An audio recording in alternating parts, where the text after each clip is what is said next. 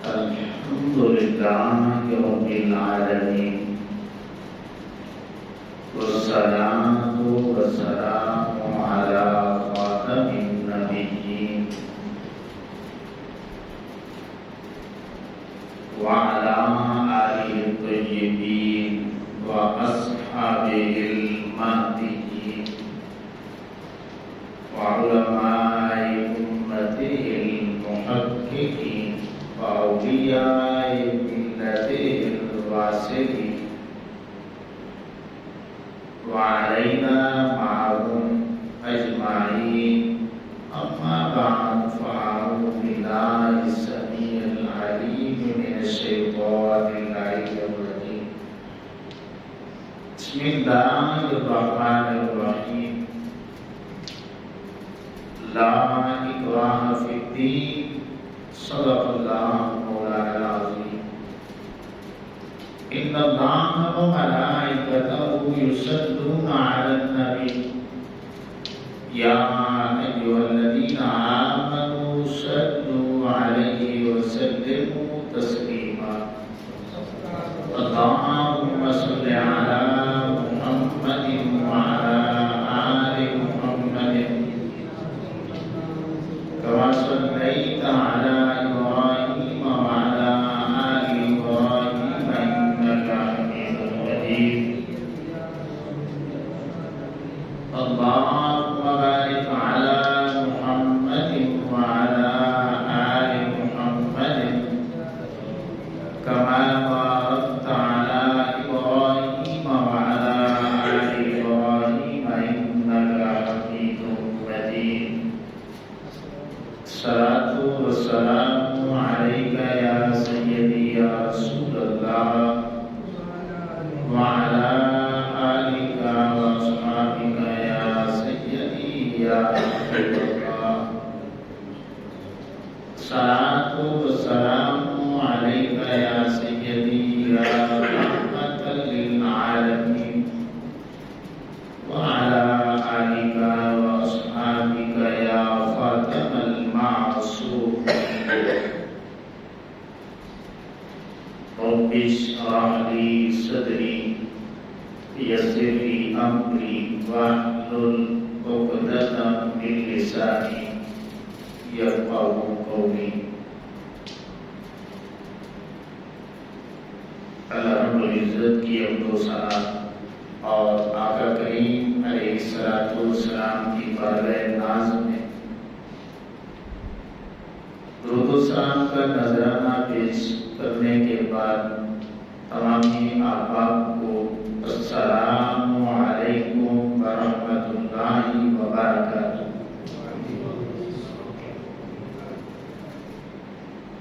امام الانبیاء صلی اللہ تعالی علیہ وآلہ وسلم کے غلام، آپ جانتے ہیں کہ یہ مہینہ محرم الحرام کا مہینہ ہے اور یہ اسلامی کیلنڈر کا مہینہ ہے اور اگست یہ انگریزی کیلنڈر کا مہینہ ہے. 14 اگست کو ہم یوم آزادی مناتے ہیں اور امام علی مقام امام حسین رضی اللہ تعالیٰ عنہ کی قربانی کا مقصد جو ہے وہ بھی آزادی کے حوالے سے ہے. تو میں نے اسی مناسبت کو دیکھتے ہوئے امام علی مقام امام حسین رضی اللہ تعالیٰ عنہ کا مشن جو کہ انسانیت کی آزادی پر مبنی ہے اس کو اس یوم آزادی کے ساتھ ملا کر کے بیان کرنا چاہتا ہوں تاکہ آزادی کا حقیقی مفہوم بھی سامنے آ جائے اور اس آزادی کی خاطر جو امام علی مقام امام حسین رضی اللہ تعالیٰ عنہ نے قربانیاں پیش کی ان کی عظمت بھی واضح ہو جائے. محرم الحرام کا مہینہ تمام تر رہنمائیوں کے ساتھ نور کے اجالے بانٹتے ہوئے اپنی منزل کی طرف روانہ کرنا ہے۔ یہ وہی مہینہ ہے جس میں امام علی مقام امام حسین رضی اللہ تعالیٰ عنہ اور آپ کے رفقاء کو کربلا کے بیابانوں میں بڑی بے دردی کے ساتھ شہید کر دیا جاتا ہے، اور آپ کی یہ شہادت بہت بڑی شہادت ہے، بہت بڑا واقعہ ہے اور بہت بڑا سانحہ ہے۔ اب جب کہ یہ قربانی بہت بڑی ہے تو امام علی مقام امام حسین رضی اللہ تعالیٰ عنہ نے جس مشن کی خاطر یہ قربانی دی، کیا خیال ہے وہ مشن چھوٹا ہوگا یا بڑا ہوگا؟ یقیناً وہ مشن جو ہے وہ بھی بہت بڑا ہوگا۔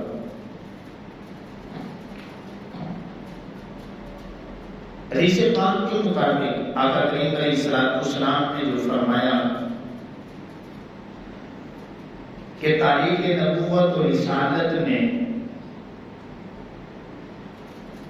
جتنے امتحانات، جتنی آزمائشیں، جتنی تکالیف، مصیبتیں اور پریشانیاں میرے اوپر آئی ہیں، کسی نبی اور کسی رسول پر بھی وہ تکلیفیں نہیں ہیں۔ وجہ کیا ہے کہ رتبہ سب سے اونچا ہے، رتبہ سب سے بڑا ہے، کہ نبیوں کے سردار آپ ہیں، رسولوں کے سردار بھی آپ ہیں، اور ختم نبوت کا جو تاج ہے وہ بھی آقا کریم علیہ السلام کے سر کے اوپر ہے۔ تو جب رتبہ سب سے اونچا ہے تو اللہ رب العزت نے پھر امتحان بھی سب سے زیادہ دی۔ اب یہ ذہن میں رکھ لیں، نبوت اور رسالت کے بعد جو بڑے بڑے رتبے ہیں، ان بڑے رتبوں میں ایک رتبہ شہادت کا رتبہ ہے۔ یہ قرآن مجید میں بھی آتا ہے، انعم اللہ علیہم من النبیین والصدیقین والشہداء والصالحین۔ اللہ فرماتا ہے کہ میں نے انعام کیا نبیوں پر، پھر صدیقوں پر، پھر شہیدوں پر اور پھر صالحین پر۔ تو پتہ کیا چلا، نبوت اور رسالت کے بعد جو بڑے بڑے رتبے ہیں صداقت کا، شہادت کا، تو جو شہیدوں کا سردار جس کو اللہ رب العزت نے بنانا تھا، پھر اللہ رب العزت نے امتحان بھی ان سے سب سے بڑے دی۔ تو جب رتبہ اتنا اونچا ہے تو امتحان پھر اتنا بڑا ہے۔ تو یہ ذہن میں رکھ لیں، پھر امام علی مقام امام حسین رضی اللہ تعالیٰ عنہ کی جو فکر تھی، جو سوچ تھی، وہ کتنی بلند و بالا ہوگی۔ وہ جس کاز کے لیے نکلے تھے وہ کاز کتنی بڑی ہوگی، وہ مشن کتنا بڑا ہوگا۔ وہ سن لیں کہ یہ وہ مشن ہے جو اللہ کے سارے نبی لے کر گیا۔ کون سا مشن؟ آپ پڑھ کے دیکھ لیں کہ آدم علیہ السلام سے لے کر کے آقا کریم علیہ السلام کی ذات والا صفات تک جتنے بھی نبی آئے، جتنے بھی رسول آئے، بے شمار تعلیمات میں مماثلت ہے، مسلط ہے۔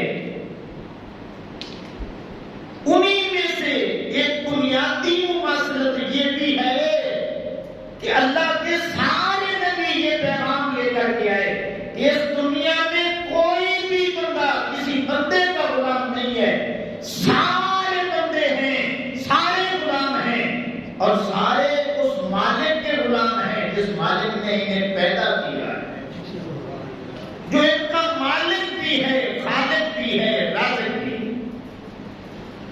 غلامی صرف اس اللہ کی ہوگی۔ سر کوئی بھی انسان کے آگے نہیں جھکائے گا۔ اگر سر جھکانا ہے تو صرف اپنے مالک کو جھکانا ہے۔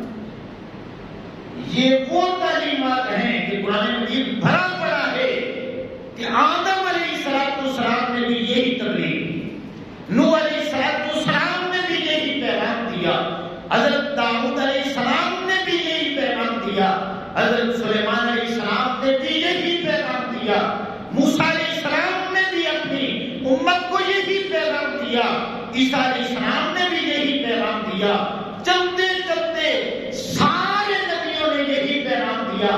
باری آ گئی ہمارے آقا کریم علیہ السلام کی، آپ نے اس دنیا میں آتے ہی اس انداز میں تبلیغ کی کہ غلامی کی جڑ کو پھیر کے اتنا دور پھینک دیا کہ آج دنیا میں کوئی بھی بندہ کسی بندے کا غلام ہی نہیں ہے۔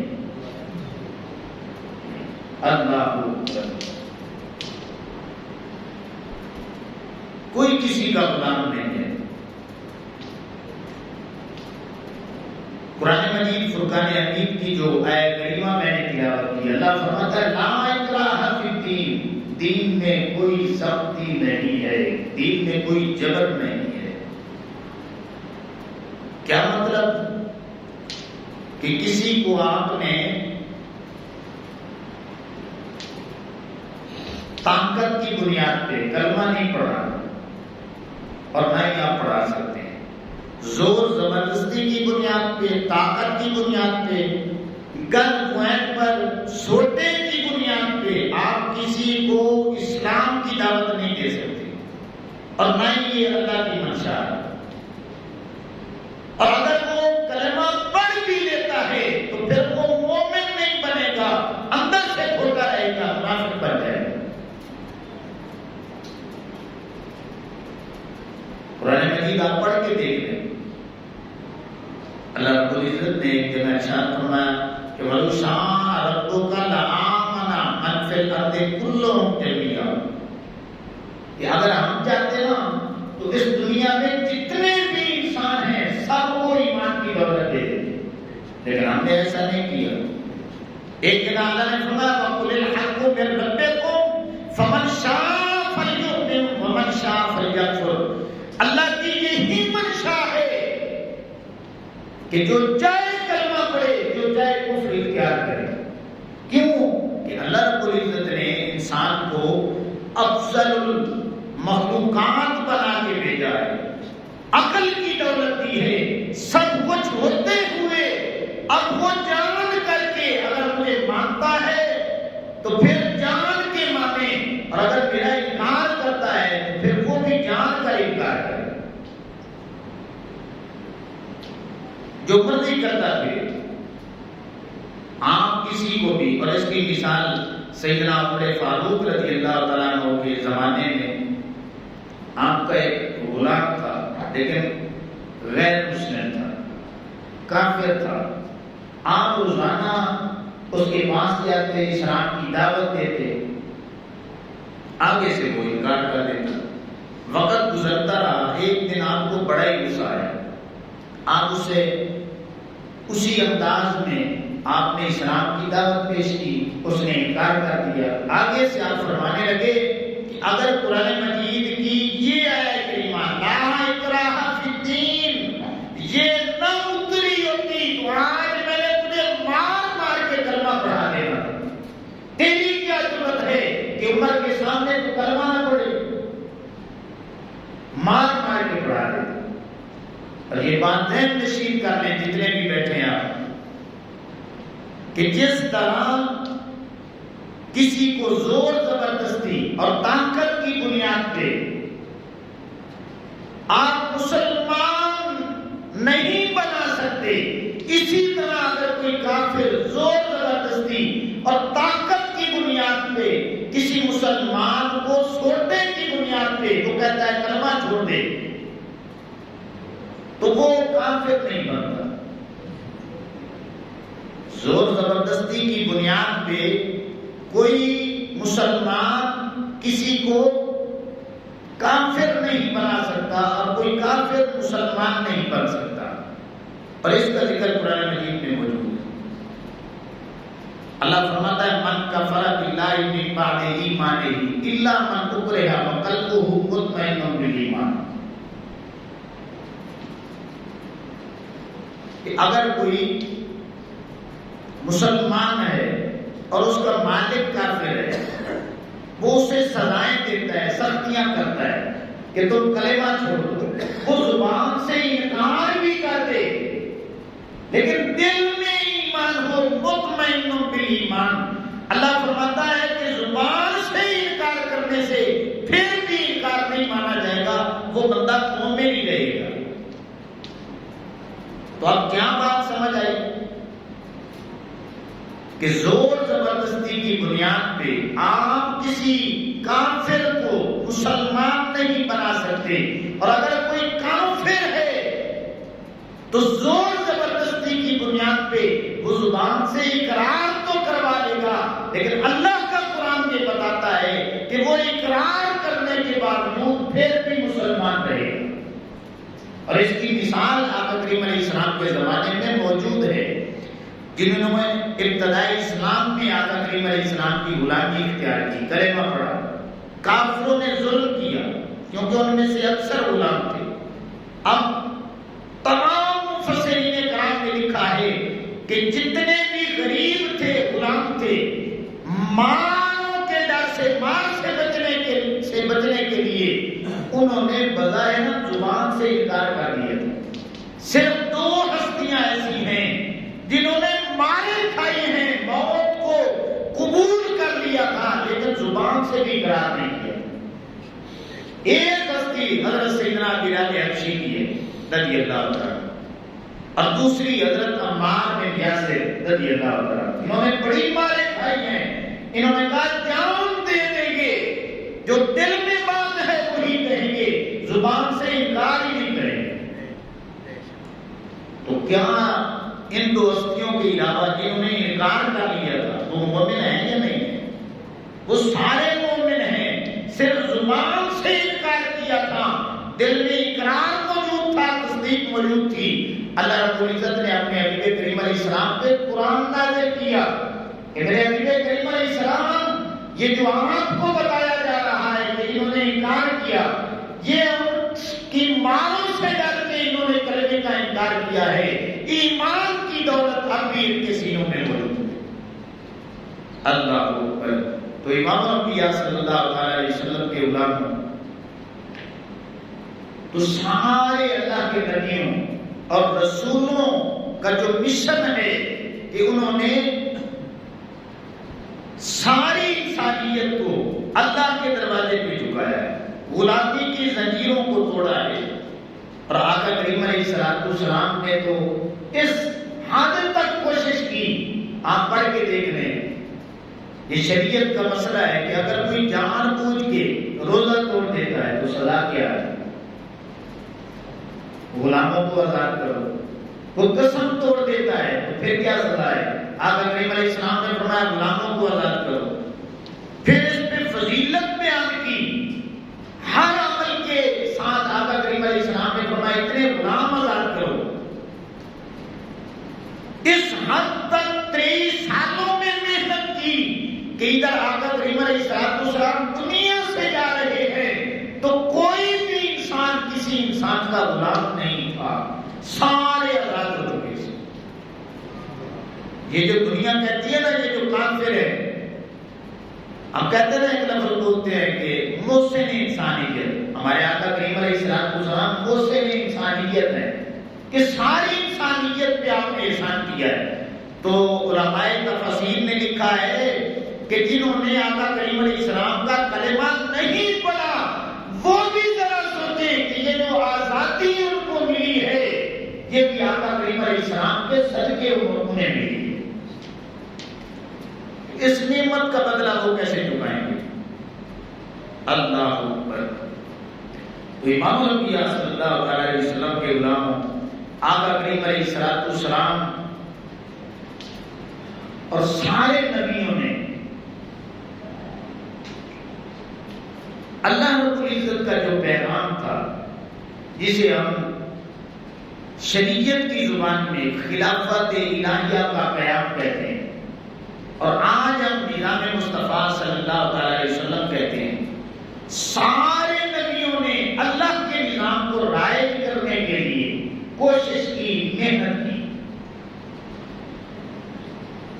یہ باتیں بڑی گہری ہیں، توجہ کریں گے تو میری باتیں سمجھ آئیں گی۔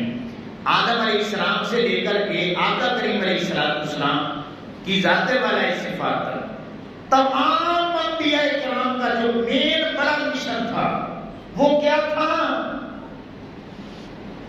کہ جو اللہ کا نظام ہے وہ چاہے کتابی شکل میں اترا ہے یا صحائف کی شکل میں اترا ہے، آپ نے انسانیت کو میرا تعارف کرا کر اس کا پابند بنانا ہے۔ اور اس رستے میں نہ جانے کتنے اللہ کے نبی شہید ہوئے، یہودیوں نے قتل کیا، 70 کے قریب اللہ کے نبی شہید ہوئے۔ آقا کریم علیہ السلام کی باری آئی، 40 سالوں کے بعد تو اعلان نبوت کیا، صرف 23 سالوں میں جتنے بھی ظالم تھے جابر تھے ہر ظالم سے ٹکر لی۔ اللہ کا نظام جو قرآن کی شکل میں اترا تھا، آقا کریم علیہ السلام نے اس قرآنی شکل میں اترے ہوئے اللہ کے نظام کو رائج کر کے پوری دنیا کو بتلا دیا کہ یہ نظام اس مالک کا ہے، یہی اس دنیا میں چلے گا تو دنیا امن سے چلے گی، دنیا میں امن آئے گا تو اس نظام پہ چلنے سے آئے گا۔ یہی وہ نظام ہے جس کے ذریعے انسانوں کے حقوق انسانوں کو ملتے ہیں۔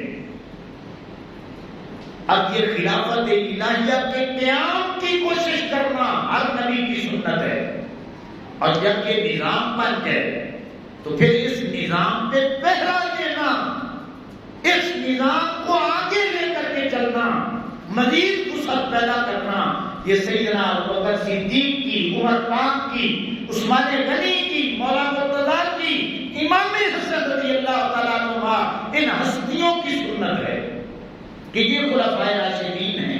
انہوں نے آقا کریم علیہ السلام نے جو نظام بنایا تھا اس پہ پہرا دیا، اپنی جانیں بھی باری، اپنے مال قربان کیے، اپنے وطن قربان کیے، اپنا تن من دھن سب کچھ۔ جب جہاں پہ جس صحابی نے بھی دیکھا کہ اب دین کو میری جان کی ضرورت ہے، انہوں نے جان قربان کر دی، جس نے دیکھا مال کی ضرورت ہے تو پھر مال قربان کر دی۔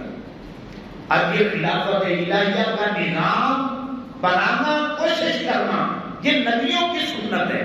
اس نظام کو حفاظت کرنا، تحفظ کرنا، آگے بڑھانا، یہ خلفائے راشدین کی سنت ہے۔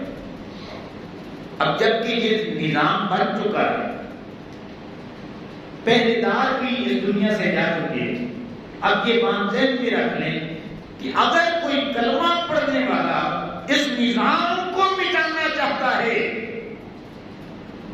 اس نظام کو ختم کرنا چاہتا ہے، تو پھر کیا کرنا چاہیے؟ اس کے لیے امام علی مقام امام حسین رضی اللہ تعالیٰ عنہ کی ذات پوری امت کے لیے نمونہ حیات ہے کہ کوئی کلمہ پڑھنے والا وہ اپنی منمانی کرے، ظلم و ستم کرے، بربریت کرے، لوگوں کے حقوق غصب کرے، لالچ دے، ڈرائے دھمکائے اور قتل کرنے کی دھمکیاں دے، تو پھر آپ نے سو نہیں جانا بلکہ اس کے خلاف اٹھ جانا ہے اور قربانی دینی ہے، اور اس انداز میں دین کا پیغام دینا ہے جس طرح میں 72 قربان کر کے اس دنیا سے جا رہا ہوں، امت کو بتا رہا ہوں۔ پھر سوئے رہو گے تو آنے والی نسلیں غلام بن جائیں گی، غلام نہیں بننا، تم نے ظالم کا مقابلہ سینہ تان کے کرنا ہے۔ یہ امام علی مقام امام حسین رضی اللہ تعالیٰ عنہ کی سنت ہے۔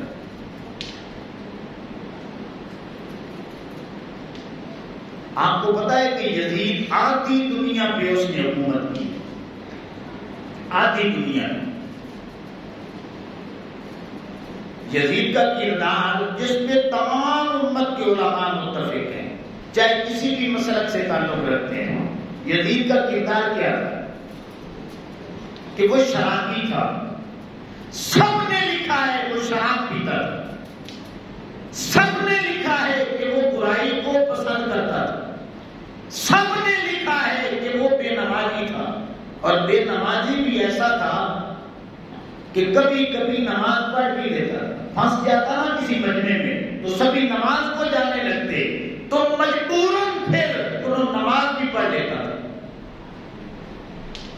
جو مجبور ہو کے پڑھے وہ بھی بے نمازی ہے۔ اس کی مجالس میں کتوں کا ذکر ہوتا تھا، وہ اپنے فیصلے منمانی طریقے سے کرتا تھا، ماؤں کا، بہنوں کا اور بیٹیوں کے ساتھ نکاح کو جائز سمجھتا تھا۔ یزید کا کردار لکھا ہے مورخین نے کہ وہ سب سے پہلے وہ لالچ دیتا تھا، اگر لالچ سے بات نہ بنتی تو پھر ڈراتا تھا، دھمکاتا تھا، اس سے بھی بات آگے چلی جاتی تو پھر قتل کروا دیتا تھا۔ مورخین نے لکھا ہے کہ وہ اپنی رعایا پہ ظلم کرتا تھا، اس نے ایک نیا اسلام بنا لیا۔ امام علی مقام امام حسین رضی اللہ تعالیٰ عنہ نے دیکھا کہ یہ تو ایک نیا اسلام اس نے بنا دیا، آنے والی امت کیا دیکھے گی کہ یہ اسلام کی شکل ہے، یہ آقا کریم علیہ السلام دے کر کے گئے ہیں۔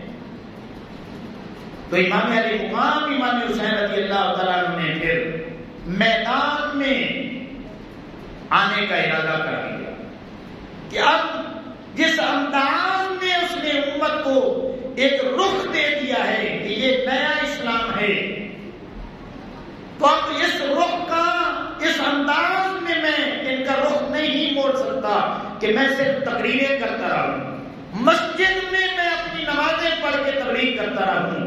اب اسلام قربانی مانگتا ہے، مجھے میدان میں نکلنا پڑے گا۔ اب آپ دیکھ لیں کہ امام حسین رضی اللہ تعالیٰ عنہ کے ساتھ اس نے کیا مطالبہ کیا، صرف ایک چھوٹی سی بظاہر بات تھی، اس نے پیغام بھیجا تھا کہ آپ میری بیعت کر لیں۔ اس کو اور زیادہ سادے لفظوں میں اگر میں کہوں تو اس نے کہا تھا کہ آپ مجھے اپنا ووٹ دے دیں، ووٹ دے دیں۔ اب وہ ساری بات میں آپ کو سناتا ہوں کہ جب یزید تخت پہ آیا نا تو تخت پر بیٹھتے ہی اس نے مختلف گورنروں کو خطوط لکھے۔ مدینہ کے جو گورنر تھے اس وقت ولید بن عتبہ، اس کو بھی اس نے ایک خط لکھا۔ خط میں کیا لکھا تھا کہ یہ جو چار ہستیاں ہیں نا، ان کو اپنے دربار میں بلاؤ اور ان سے میری بیعت لو۔ ایک حضرت عبداللہ بن عمر، حضرت عمر فاروق رضی اللہ تعالیٰ عنہ کے صاحبزادے حضرت عبداللہ، دوسرے حضرت عبد الرحمن بن ابی بکر، حضرت سیدنا ابوبکر صدیق کے جو صاحبزادے ہیں، ایک حضرت عبداللہ بن زبیر رضی اللہ تعالیٰ عنہ، اور پھر چوتھے حضرت حسین بن علی رضی اللہ تعالیٰ عنہ۔ اور ساتھ لکھا تھا کہ یہ جو عبداللہ بن عمر ہے نا رضی اللہ تعالیٰ عنہ، ان کا مسجد کے ساتھ بڑا آنا جانا ہے، تو ان کو بس تھوڑی سی کوشش کی تو انہوں نے مان جانا ہے، باقی جو ہے نا جب تک کوئی بات باہر نہیں نکلتی اس وقت تک عبداللہ بن زبیر رضی اللہ تعالیٰ عنہ نے بھی کوئی ایکشن نہیں لینا۔ لیکن یہ جو حسین بن علی ہے نا، ان کا تعلق انہیں رسول کے ساتھ ہے، اگر یہ میدان میں نکل آئے تو پھر ساری دنیا نے نکل آنا، تو ان سے لازماً بیعت لینی ہے۔ اللہ اکبر۔ اب ولید بن عتبہ اپنے دارالامارہ میں بیٹھا ہے، اس نے پیغام بھیجا، امام علی مقام امام حسین رضی اللہ تعالیٰ عنہ آپ کچھ ساتھیوں کے ساتھ آئے، ساتھیوں کو باہر کھڑا کر دیا اور آپ اندر تشریف لے کر گئے۔ ساری بات پوچھی، ولید بن عتبہ نے ساری بات بتائی کہ یزید ووٹ مانگتا ہے، بیعت مانگتا ہے، تو کیا خیال ہے؟ امام علی مقام امام حسین رضی اللہ تعالیٰ عنہ آپ نے فرمایا، بڑا مناسب جواب دیا، آپ نے فرمایا کہ اس طرح ہے کہ میں جاؤں گا اور اپنے احباب کے ساتھ مشورہ کروں گا، مشورے کے بعد پھر میں آپ کو جواب دوں گا۔ انتہائی مناسب الفاظ میں اس کو جواب دیا۔ جب یہ بات کی نا تو پھر اس نے کہا کہ یزید نے بڑی سختی کی ہے آپ کے حوالے سے کہ ہر حالت میں بیعت لینی ہے، تو اگر آپ ادھر ہی تھوڑا سا سوچ لیں تو کیا کیا ہے؟ امام علی مقام امام حسین رضی اللہ تعالیٰ نے فرمایا کہ ایک دفعہ خط پڑھ کے سنا دو۔ اب اس نے پھر وہی الفاظ دہرائے، آپ نے فرمایا کہ تو خط پڑھ کے سنا، اتنی دیر میں میں اپنے نانا کا قرآن پڑھ لیتا ہوں۔ مورخین نے لکھا ہے اس نے خط جلدی جلدی مکمل کیا، کہنے لگا کہ میں نے خط مکمل کر دیا۔ آپ نے فرمایا کہ پھر میں نے بھی قرآن مکمل پڑھ لیا۔ تو اس نے پوچھا کہ کیا فیصلہ ہے، بیعت کرنی ہے یا نہیں کرنی؟ آپ نے فرمایا کہ میں ظالم اور فاسق فاجر کے ہاتھوں میں ہاتھ نہیں دے سکتا۔ تو نے ادھر خط پڑھا ہے، میں نے نانے کا قرآن پڑھا ہے، قرآن کی 6666 آیات مجھے منع کر رہی ہیں کہ حسین کٹ جانا، کہ ظالم کے ہاتھوں میں ہاتھ نہ دینا، ووٹ نہ دینا اپنا، مجھے قرآن نے منع کر دیا۔ اب یہ بات کی نا تو ولید بن عتبہ نے کہا کہ یہ جواب تو آپ کا بڑا سخت ہے، اس سے تو بڑی آندیاں اٹھیں گی، ظلم ہوں گے، قتل و غارت ہوگی، تو پھر کیا بنے گا؟ اب اس طرح کرتے ہیں کہ میں اپنی طرف سے ایک خط لکھ دیتا ہوں یزید، اور اس انداز میں میں لکھتا ہوں کہ یزید بھی چپ کر جائے گا، آپ بھی بچ جائیں گے، جسے پنجابی میں کہتے ہیں نا کہ سب بھی مر جائے گا، لاٹھی بھی بچ جائے گی۔ جس وقت یہ بات کی امام علی مقام امام حسین رضی اللہ تعالیٰ جوش میں آئے، آپ نے فرمایا کہ ولید یہ تمہارا طریقہ واردات ہے کہ سانپ بھی بچ جائے، لاٹھی بھی بچ جائے، لیکن میرے نانا جان نے مجھے یہ تعلیم نہیں دی ہے، میرے نانا جان نے اپنی گود میں یہ سبق پڑھایا ہے، بیٹا اور سانپ ہر حالت میں مرنا چاہیے، لاٹھی بچے یا نہ بچے پرواہ نہ کرنا، سانپ مرنا چاہیے۔ جب یہ بات کی تو ولید بن عتبہ کہنے لگا حضرت پھر تو بڑی قتل و غارت ہوگی۔ آپ نے فرمایا یہی الفاظ کہہ کے آپ اس کے دربار سے نکل آئے کہ پھر جو دیکھا جائے گا تو بھی زور لگا کے دیکھ لے، اور میں بھی قرآن پہ چل کے ساری امت کو پیغام جو دوں گا وہ بھی ساری دنیا دیکھ لے۔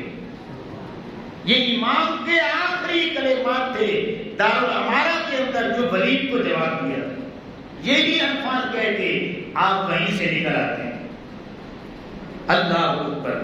اب یہ بات میں نے اس لیے سنائی ہے کہ صرف ایک ووٹ لینے کی خاطر کیا کیا جا رہا ہے؟ پہلے خط سنایا جا رہا ہے، پھر ڈرایا جا رہا ہے، دھمکایا جا رہا ہے، پھر قتل کی دھمکیاں دی جا رہی ہیں، لیکن امام علی مقام امام حسین رضی اللہ تعالیٰ نے کچھ پرواہ نہیں کی۔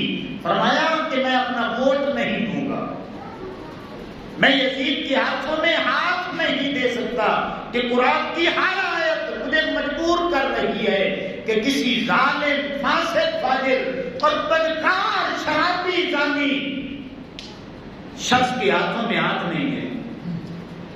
اللہ اکبر۔ جسے واقعہ کربلا سمجھ نہیں نہ آتا، ساری عمر گزر جاتی ہے سمجھ نہیں آتا۔ اب میں ان سے کہنا چاہتا ہوں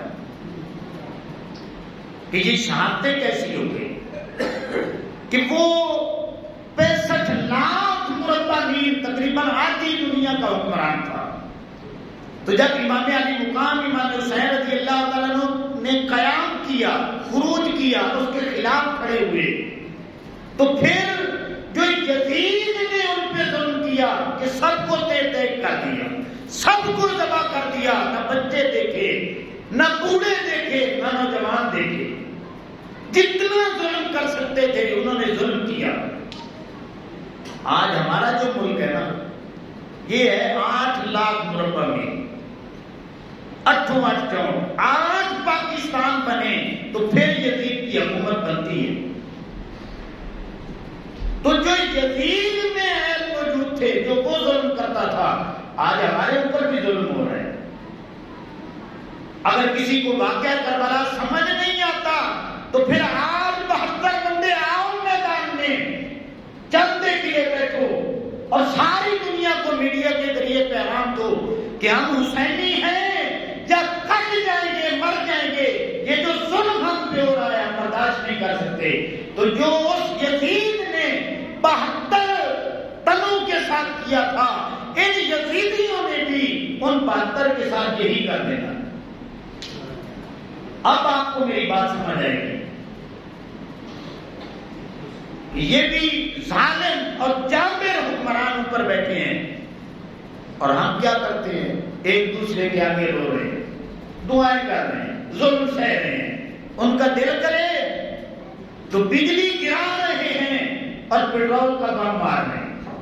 ساری چیزیں مہنگی، اس حد تک مہنگی ہو چکی ہیں کہ غریب بندے کا جینا مشکل کر دیا۔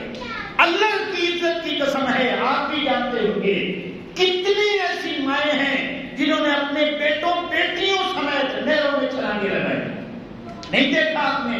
کتنے ایسے ہیں جنہوں نے پھانسیوں کے پھندے اپنے گلے میں ڈالے ہیں، کتنے ایسے ہیں جنہوں نے اپنی عمارتوں سے چھلانگیں لگا کے موت کو گلے لگایا ہے، کتنے ایسے ہیں جو بھوک سے مر رہے ہیں، لیکن سارے نام حسین ابن علی کا ہے کہ ہم حسین کے ساتھ ہیں، اور جو یزید ظلم کرتا تھا آگے سہ رہے تھے، ہم انہی میں سے ہیں کہ ہم بھی چپ کر کے بیٹھے۔ اور کچھ جو تکڑے لوگ ہوتے ہیں نا، وہ سمجھتے ہیں کہ اس کام میں کوئی پرواہ نہیں۔ اب اس کو ایک مثال سے سمجھیں، سیلاب ہے نا، سیلاب، تو بستی والے آپ کے ادھر تو سیلاب کے چانسز نہیں ہے، میرا جو ایریا ہے وہ سیلابی ایریا ہے، میں جانتا ہوں، تو وہاں پہ بند باندھتے ہیں، سارے مل کے بند باندھتے ہیں۔ اب اس میں غریب ہیں، امیر ہیں، اس محلے میں جتنے بھی ہیں سارے حصہ لیتے ہیں۔ اگر کوئی امیر بندہ کھڑا ہو جائے وہ کہے کہ بھئی میں نے حصہ نہیں لینا، کیوں؟ اس لیے کہ میری کوٹھی بہت بڑی ہے، اس لیے کہ میں نے مضبوط بڑی بنائی ہے، اس لیے کہ وہ اونچی بڑی ہے۔ ایمان سے بتائیں، اگر بند ٹوٹ جائے تو اس کی مکانوں کی دیواروں تک پانی آئے گا یا نہیں آئے گا؟ ہاں یہ ہو سکتا ہے کہ 2-4 دنوں بعد وہ گر جائے، لیکن گرے گی ضرور عمارت کہ پانی پہنچ چکا ہے۔ تو اگر تکڑے لوگ امت کے وہ خاموش رہیں گے تو پھر ایک نہ ایک دن یہ ظلم کا پانی تمہاری دیواروں تک بھی پہنچے۔ اس لیے امام الانبیاء صلی اللہ علیہ وسلم کے غلاموں، اس ظلم کے خلاف اٹھنا یہ امام حسین رضی اللہ تعالیٰ عنہ کی سنت ہے، اپنی آواز بلند کرنا یہ امام حسین رضی اللہ تعالیٰ عنہ کی سنت ہے۔ لیکن ہم کس درجے میں ہیں آپ کو دیکھیں،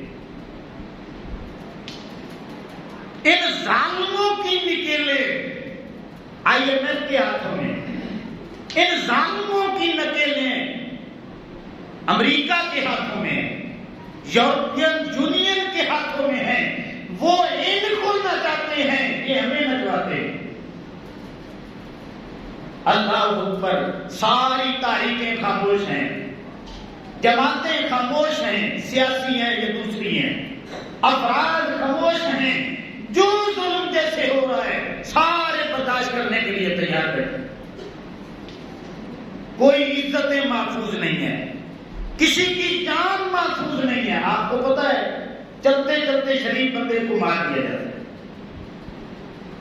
اللہ کے واسطے، خدا کے واسطے جتنے بیٹھے ہو کچھ نہ کچھ آواز اٹھاؤ۔ یہ بجلی کے بل ہیں، کتنا ٹیکس لگ چکا ہے، سبھی ایک دوسرے کو بتا رہے ہیں۔ تو کیا یہ دین ہے کہ چپ کر کے سہتے رہو؟ آپ کا آدھے سے زیادہ دین وہ سیاست پہ مبنی ہے۔ نماز، روزہ، زکات، حج اور قربانی کو نکال لے تو باقی جتنی بھی دین کی چیزیں ہیں ان ساری چیزوں کا تعلق آپ کی سیاست کے ساتھ ہے۔ اوپر سے لے کر کے نیچے تک ظلم ہو رہا ہے، لیکن ہر شخص برداشت کر رہا ہے اور پھر ظالم کے ساتھ کھڑا ہوتا ہے۔ ظالم کے ساتھ کھڑا ہونا یہ یزید کے ساتھ کھڑا ہونا ہے، مظلوم کے ساتھ کھڑا ہونا یہ حسین کی سنت ہے۔ ہمارے علاقوں میں محلوں میں کسی غریب کے ساتھ ظلم ہو جائے نا، سبھی پیچھے بیان کرتے ہیں کہ یار سچا تو یہی ہے، لیکن ساتھ نہیں دیتے۔ کیوں؟ کہ یہ تگڑا بندہ اس کے ساتھ ملا ہوا، ایم پی اس کے ساتھ ہے، ایم این اے اس کے ساتھ ہے، وزیر مشیر ساتھ ہیں، تو ہم ان کے ڈر کی وجہ سے اس مظلوم کو جو ہے وہ چھوڑ دیتے۔ تو پھر سوچ لیں آپ یزید کے ساتھ اٹھیں گے یا حسین کے ساتھ اٹھیں گے؟ اس لیے امام الانبیاء صلی اللہ علیہ وسلم کے علماء، آپ کو پتہ ہے کہ ایمان کے 3 درجے ہیں۔ پہلا درجہ یہ ہے کہ آپ نے ظلم کو ہاتھوں کے ساتھ روکنا ہے، یہ ایمان کا اعلیٰ درجہ ہے جس پہ حضرت امام حسین رضی اللہ تعالیٰ عنہ آپ نے عمل کیا۔ ایمان کا دوسرا درجہ یہ ہے کہ آپ نے زبان سے برا کہنا ہے کہ یار یہ ظلم کر رہا ہے۔ تیسرا درجہ یہ ہے جو کمزور ترین ہے کہ دل میں برا جاننا۔